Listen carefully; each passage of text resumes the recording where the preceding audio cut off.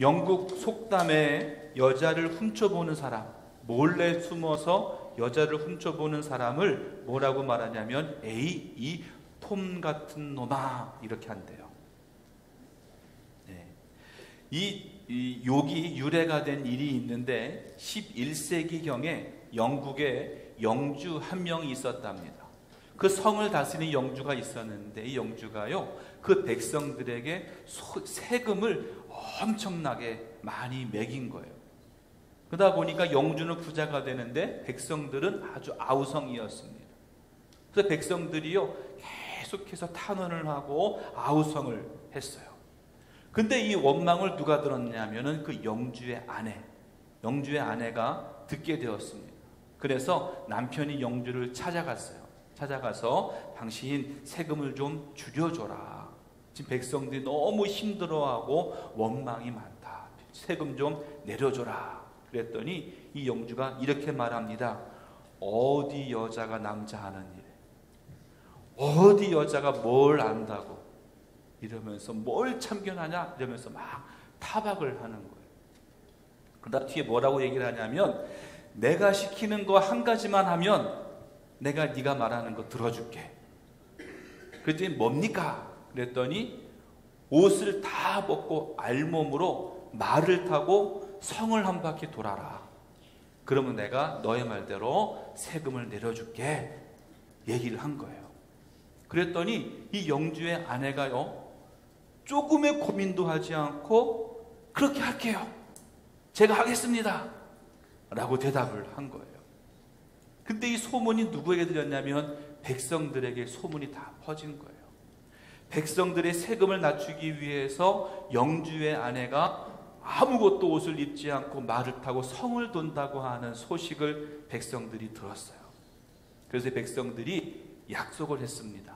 무슨 약속을 했냐면 영주의 아내가 알몸으로 말을 타고 성을 돌 때 어느 누구도 밖에 나오지 말고 집 안에 들어가서 문을 꽁꽁 걸어 잠그고 창문도 꽁꽁 걸어 잠궈서 아무도 이 모습을 보지 말자 라고 하는 약속을 한 거예요.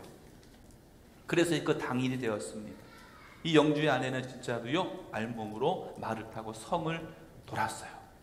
그런데 딱 한 사람, 누굴까요? 톰. 그 톰이라는 사람이 창문을 빼꼼히 열고 그 모습을 다 지켜보고 있는 거예요. 그것만이 아니라 다 일이 끝나고 난 다음에 온 성에다가 다 소문을 내는 거예요. 내가 보니까 이렇더라 저렇더라 하면서 막 소문을 낸 거예요. 그래서 그 다음부터 여자를 몰래 숨어서 훔쳐보는 사람을 뭐라 그런다고요? 에이, 톰 같은 놈아, 그랬다는. 사랑하는 성도 여러분, 제가 이런 말씀을 왜 드리냐면 여러분은 어떤 말을 듣고 살아가고 있느냐라고 하는 거예요. 세상의 사람들이 여러분의 이름을 들으면 혹시 얼굴을 찌푸리지는 않습니까? 아니면 사람들이 여러분의 이름을 듣고 여러분의 이름을 얘기하면 얼굴에 미소를 지으며 서로 맞이해 줍니까?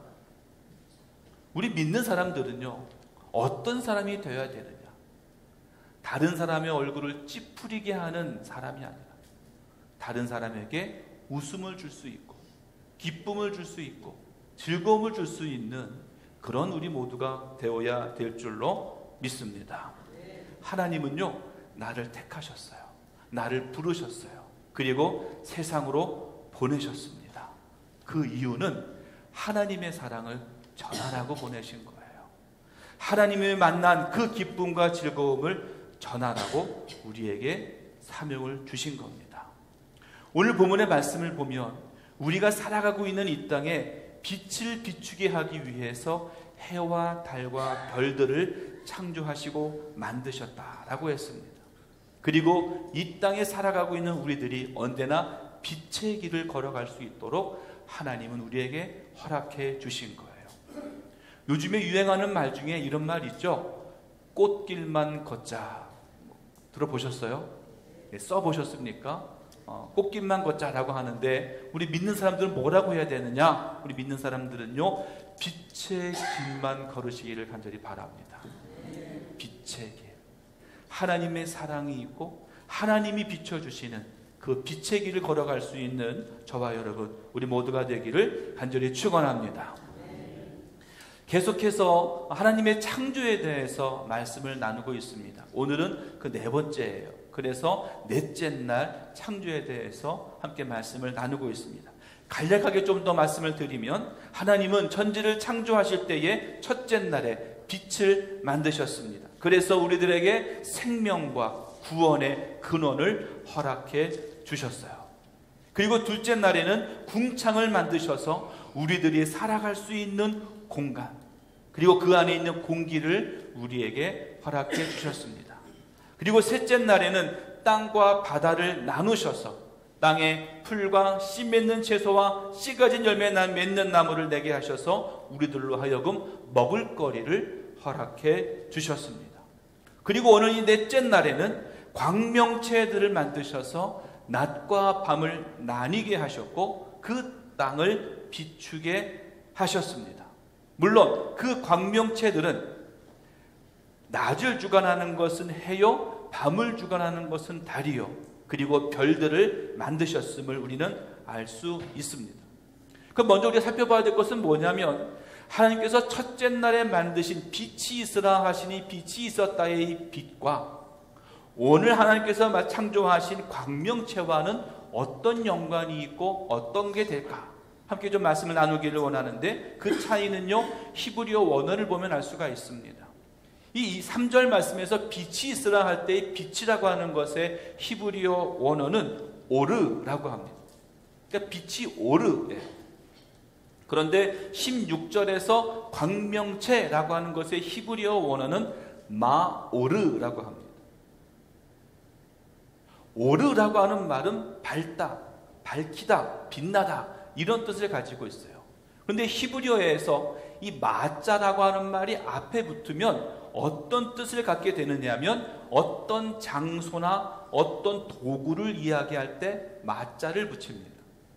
그러니까는 오르라고 하는 빛, 빛나다, 밝다, 이런 뜻의 마자가 앞에 붙었으니 무슨 뜻이냐? 그것은 밝게 빛을 내는 곳, 아니면 빛을 내는 도구, 이런 뜻이라는 거예요. 좀 더 요약해서 말씀을 드리면, 하나님께서는 창조 첫째 날에 빛 그 자체를 창조하셨다라고 하는 거예요. 그리고 넷째 날에는 그 빛을 비추는 도구를 창조하셨어요. 그래서 궁창, 지금 우리가 알고 있는 이 하늘의 그 도구들, 그 광명체들을 잘 배치해 놓으신 겁니다. 그래서 가장 알맞는 시간에 그것들이 지고 뜰 수 있도록 하나님이 주관하고 계신다라고 하는 거예요. 오늘은 이 4장, 이 넷째 날의 말씀을 통해서 함께 하나님의 은혜를 나누기를 간절히 원합니다. 첫 번째로 뭐라고 하셨냐면 나뉘게 하셨습니다. 뭐라고요? 나뉘게 하셨어요. 하나님은 천지를 창조하시면서 하신 일 중에 나누시는 일을 많이 하셨음을 볼 수가 있어요. 다시 말씀드리면, 첫째 날에는 빛을 만드셔서 빛과 어두움을 나누셨습니다. 둘째 날에는 궁창을 만드셔서 궁창 아래의 물과 궁창 위의 물을 나누셨습니다. 그리고 셋째 날에는 물을 한 곳에 모으시고 땅과 바다로 나뉘게 하셨습니다. 그리고 넷째 날에는 광명체를 만드셔서 낮과 밤을 나뉘게 하셨어요. 즉 하나님은 이 총 4일 동안의 천지를 창조하시면서 무에서 유, 즉 없는 것에서 있는 것으로 창조하신 것과 마찬가지로 창조된 것들을 통해서 나누시고 나뉘게 하셨다는 거예요. 그럼 하나님께서 총 4일 동안의 창조 속에서 이렇게 나누고 나뉘게 하신 이유가 바로 뭘까? 한마디로 말씀을 드리면 그 안에는 하나님의 사랑이 숨겨져 있다는 거예요. 다시 말해서 첫째 날 빛과 어둠을 나누신 것은 이 땅에 살아가고 있는 우리들 모두가 빛 안에 살 수 있도록, 어둠이 아니라 빛에 살 수 있도록 우리에게 허락해 주신 거예요. 첫째 날 말씀드렸습니다. 어둠이라고 하는 것이 뭐냐? 빛이 없기 때문에 어둠이라고 그랬어요. 빛이 없으니까 어두운 겁니다. 다시 말해서 하나님이 계시느냐 하나님이 계시지 않느냐에 따라서 우리가 빛에서 살아가느냐 어둠에서 살아가느냐가 달라진다 그랬어요. 그런데 하나님은 어떤 분이시냐? 한 번도 나를 떠나신 적이 없으신 분이에요. 한 번도 내 손을 놓으신 적이 한 번도 없는 분이 바로 하나님이셔요. 그런데 우리는 항상 빛에 살아간다고 고백하지 않고 가끔은 어둠에 살아간다라고 말하기도 합니다. 왜 그럴까? 하나님이 나와 함께 계심을 내가 믿지 않기 때문에 그래요. 하나님이 내 손을 잡고 있다고 하는 것을 깨닫지 못하기 때문에 그렇다라고 하는 겁니다. 우리가 해야 될 것은 빛이 항상 우리에게 있는 것처럼 하나님이 항상 나와 함께 계셔서 하나님의 사랑을 나에게 부어주심을 믿고 그 길로 나아가야 될 줄로 믿습니다. 그리고 둘째 날에는 궁창을 만드셔서 궁창 아래의 물과 궁창 위의 물로 나누시고 우리들이 살아갈 수 있는 공간을 만들어 주셨습니다. 그것만이 아니라 그 공간 속에 우리에게 꼭 필요한 것이지만 값없이 우리에게 베풀어지고 있는 공기라고 하는 것을 채워 넣어주셔서 우리가 아무런 걱정 없이 살아갈 수 있게끔 하나님은 만들어 주셨다는 거예요. 그리고 셋째 날에는 땅과 바다를 나누셔서 물에서 살 수 없는, 물에서는 우리가 도저히 살 수 없는 우리 인간들을 위해 땅이라고 하는 것을 만드셔서 그곳에 우리가 발을 딛고 살아갈 수 있도록 허락해 주신 거예요.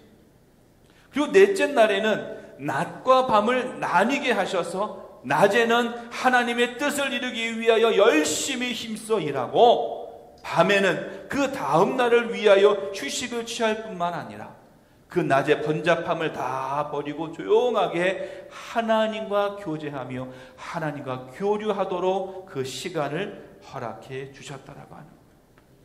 그러니까 하나님께서 낮과 밤을 나뉘게 하신 것은 낮에는 하나님을 위하여 주님을 위하여 열심히 헌신하며 일하고 밤에는 주님을 믿는 우리들 모두가 항상 주님을 생각하며 주님과 교제하는 시간으로 쉼을 얻으라고 우리에게 낮과 밤을 나누어 주셨다라고 하는 거예요.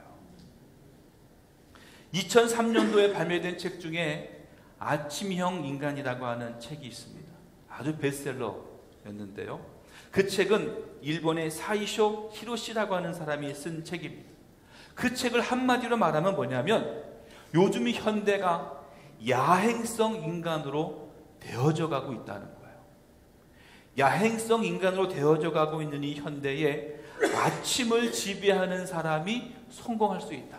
아침을 지배하는 사람이 성공한다라고 하는 주장을 피고 있는 거예요. 그래서 아침형 인간이 되는 것이 우리의 몸과 정신에 가장 바람직한 습관을 갖게 한다라고 하는 거예요. 그런데 재미있는 것은 그 책의 제목이에요. 그 책의 제목이 아침형 인간인데 그 앞에 다른 부제가 있습니다. 그 부제가 뭐냐면 인생을 2배로 사는 아침형 인간이에요. 인생을 2배로 사는 아침형 인간.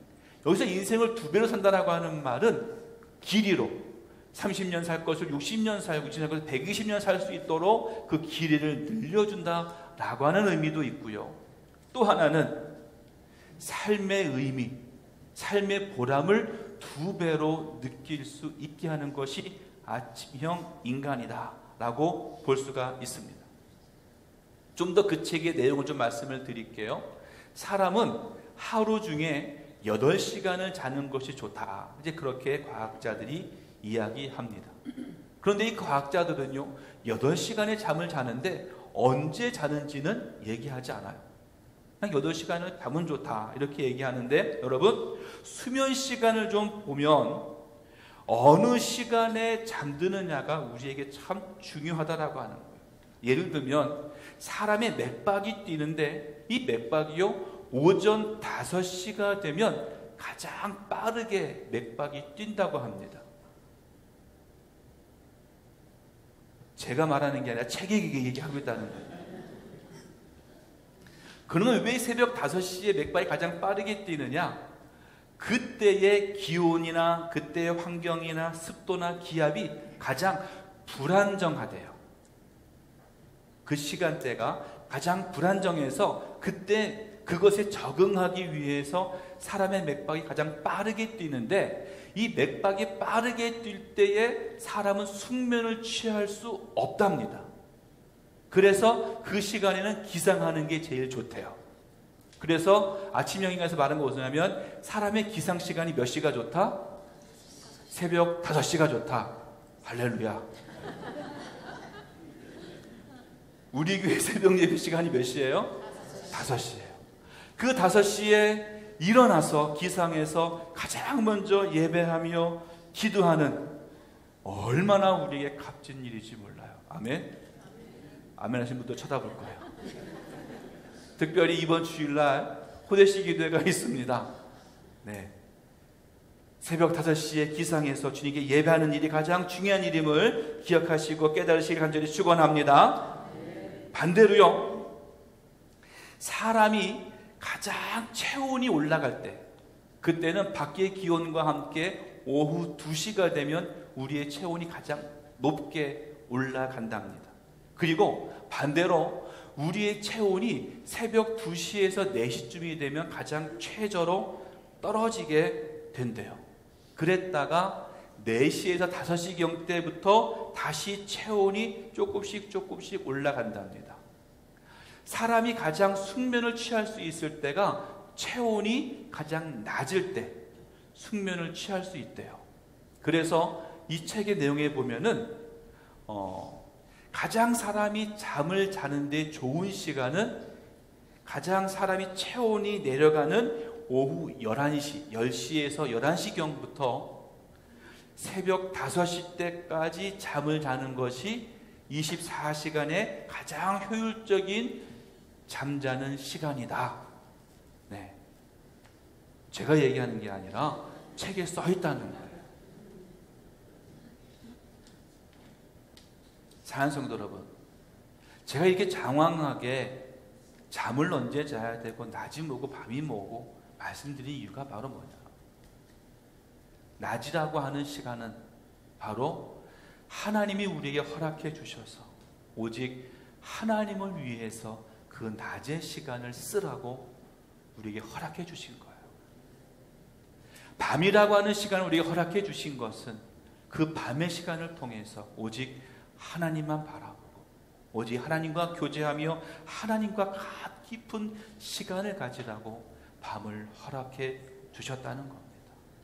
사랑하는 성도 여러분, 낮에도 하나님을 위하여, 밤에도 하나님을 위하여, 낮에도 하나님을 바라보고 밤에도 하나님을 바라볼 수 있는 그런 하나님이 원하시는 대로, 하나님이 계획하신 대로 그 모든 시간을 사용할 수 있는 저와 여러분, 우리 모두가 되기를 주님의 이름으로 간절히 축원합니다.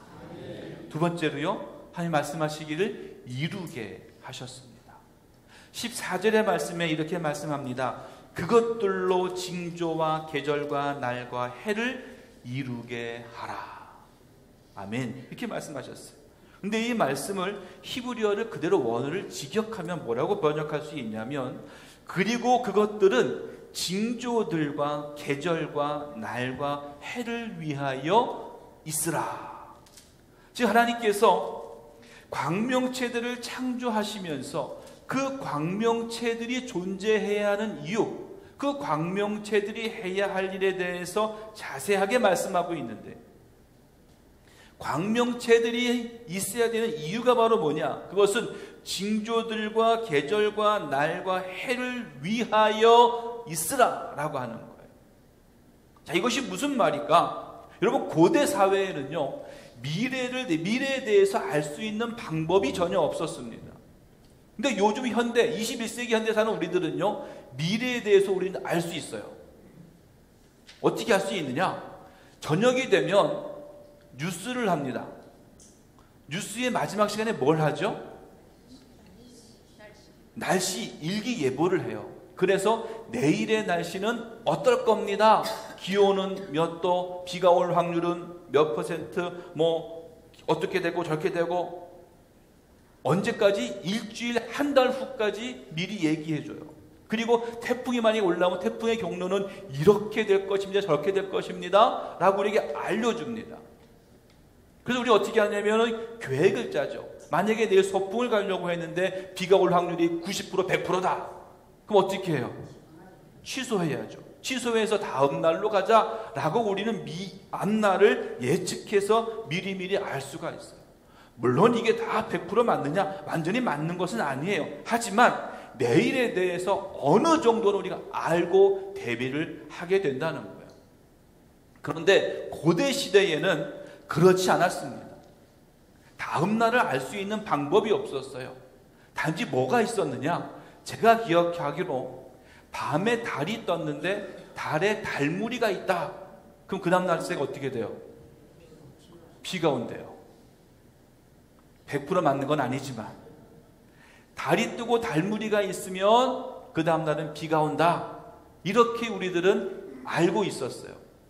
고대에는요, 이렇게 해를 보고 달을 보고 별을 보면서 앞날을 알려고 노력했다는 거예요.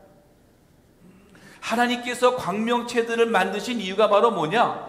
징조들을 위하여 만드셨다 그랬는데, 이 징조들을 보여주시기 위해서 우리에게 만드셨다라고 하는 거예요. 자, 그러면 이 징조가 뭘까? 징조의 히브리어 원어는요, 오트라고 합니다.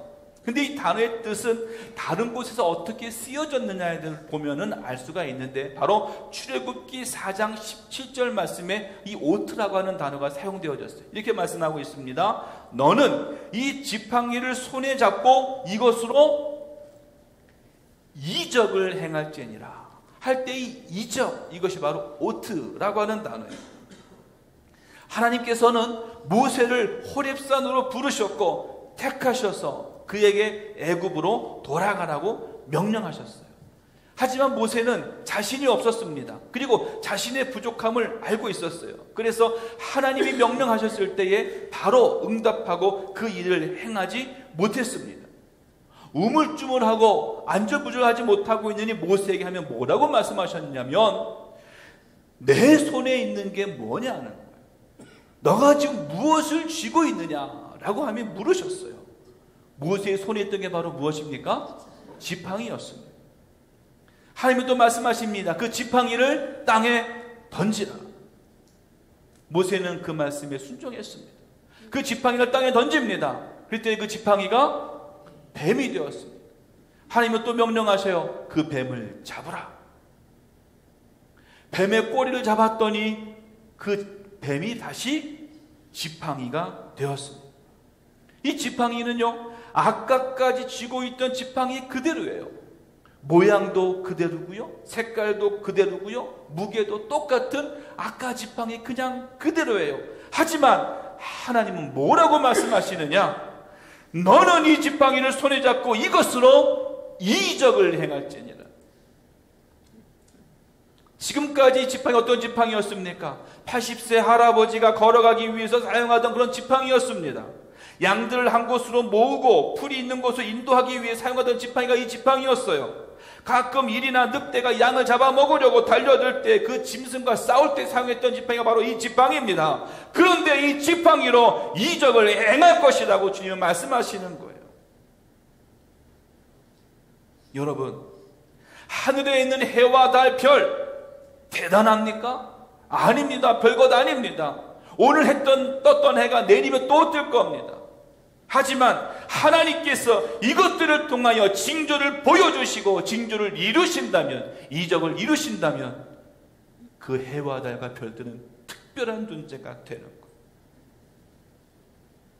아무것도 아니었던 그 지팡이가 하나님께서 그것을 통하여 이적을 행하신다 하셨으니 그 지팡이는 특별한 지팡이가 되었던 거예요. 마찬가지입니다. 우리들도 마찬가지예요. 저나 여러분이나 별것 있습니까? 별것 아닐 수 있습니다. 하지만 그럼에도 불구하고 하나님은 나를 통해 이적을 행하신다 그랬습니다. 하나님은 나를 통해 징조를 이루신다 그랬습니다. 계절과 날과 해를 이루신다 하셨어요. 그러니 이제 여러분은 특별한 존재가 되는 거예요. 나를 통해 징조가 나타나고 나를 통해 계절과 날과 해를 이루게 하신다. 모세의 손에 있었던 지팡이는 특별한 것이 아니었어요. 하늘에 떠있는 해와 달과 별도 특별한 것이 아닙니다. 나도 특별한 존재는 아니었어요. 하지만 하나님이 쓰시겠다고 하면, 하나님이 이루시겠다고 하면 이제는 특별한 존재가 되는 줄로 믿습니다. 이제 우리 따라해 봅시다. 앞에 보시고요. 나는 특별한 존재다. 이래서는 특별한 존재가 될 수가 없어요. 더 강하게, 나는 특별한 존재다. 하나님은 나를 특별한 존재로 택하셨다. 하나님은 나를 통해 이적을 이루신다. 아멘. 이 고백이 우리의 진정한 고백이 될 수 있기를 간절히 바랍니다. 그래서 우리가 이적을 행하고 하나님의 일을 이루어야 될 줄로 믿습니다. 마지막 세 번째로 하나님께서는요, 비추라라고 말씀하셨어요. 17절 말씀에 이렇게 말합니다.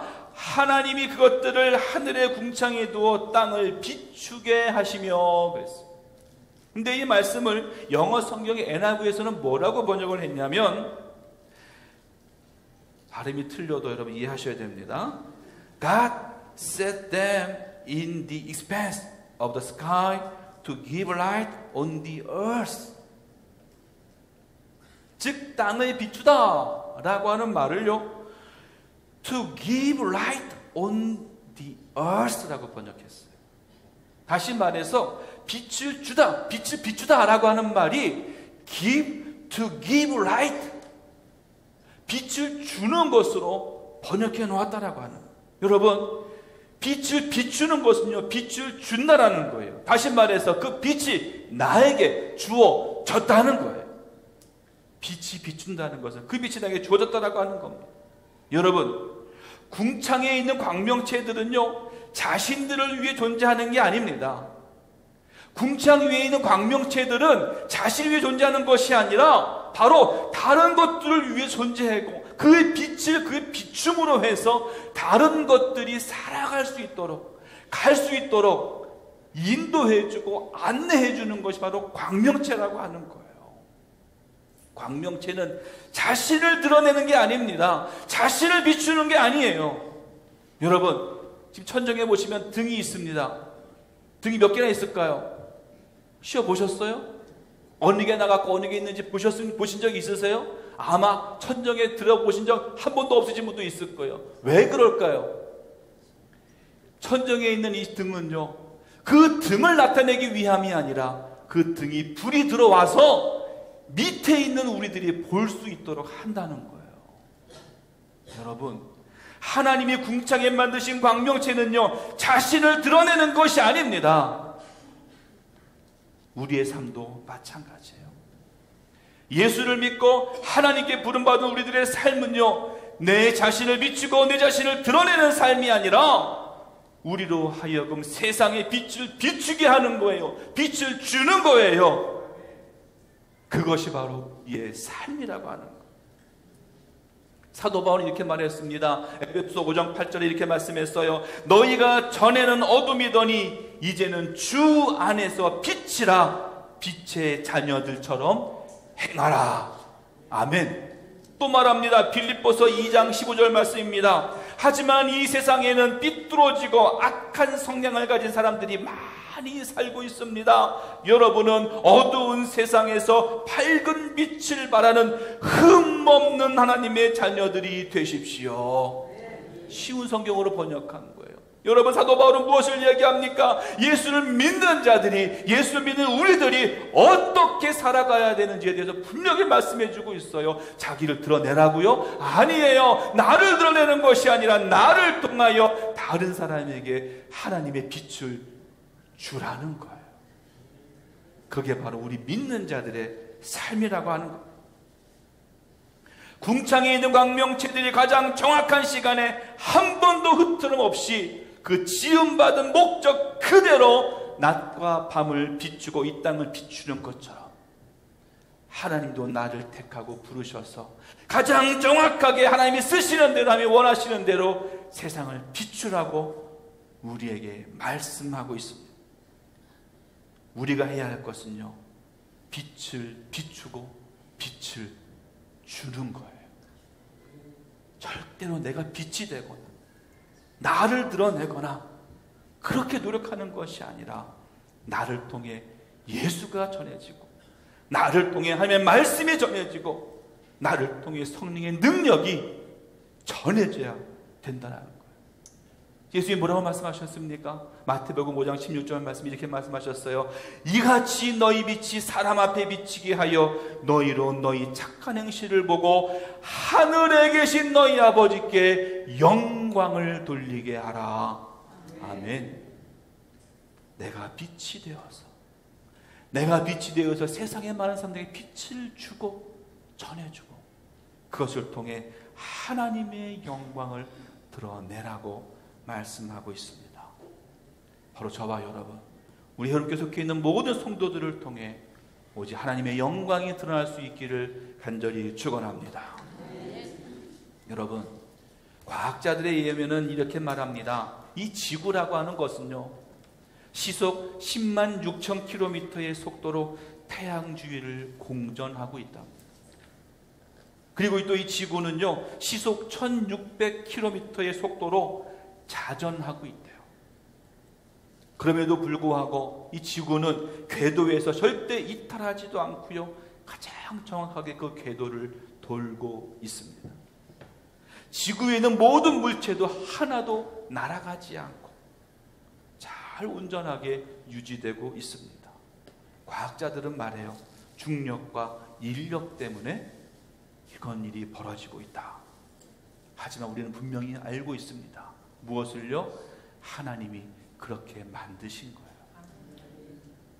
하나님은 가장 정확하게, 가장 온전하게 창조하신 분이 바로 하나님이신 줄 믿습니다. 과학으로 하나님을 설명할 수는 없지만 그 과학 위에 계시는, 그 모든 것을 창조하시고 주관하시는 하나님이 계심을 우리는 분명히 믿습니다. 하나님은 우리를 지극히 사랑하셔서 빛을 창조하시고 궁창을 만드시고 땅과 바다를 나누시고 궁창의 광명체들을 만드셔서 이 땅을 비추게 하셨어요. 이 모두가 하나님의 사랑입니다. 오늘 이 시간 하나님의 이 한없으신 끝없으신 사랑을 느끼는 귀한 시간 되기를 간절히 바랍니다. 어느 하나 부족함 없이 채워주셔서 우리를 이끌어 주시고 섭리해 주시는 하나님을 언제나 내가 사랑합니다. 내가 하나님을 사랑합니다. 내가 하나님을 의지합니다. 고백하고 또한 내 입으로, 내 행동으로 내가 받은 그 사랑, 내가 받은 그 하나님의 사랑을 많은 사람들에게 전할 수 있는, 옮겨갈 수 있는 저와 여러분, 참된 전파자의 삶을 살아가는 우리 모두가 될 수 있기를 주님의 이름으로 간절히 축원합니다. 기도하겠습니다. 하나님 감사합니다. 우리 주님만 사랑하며 주님만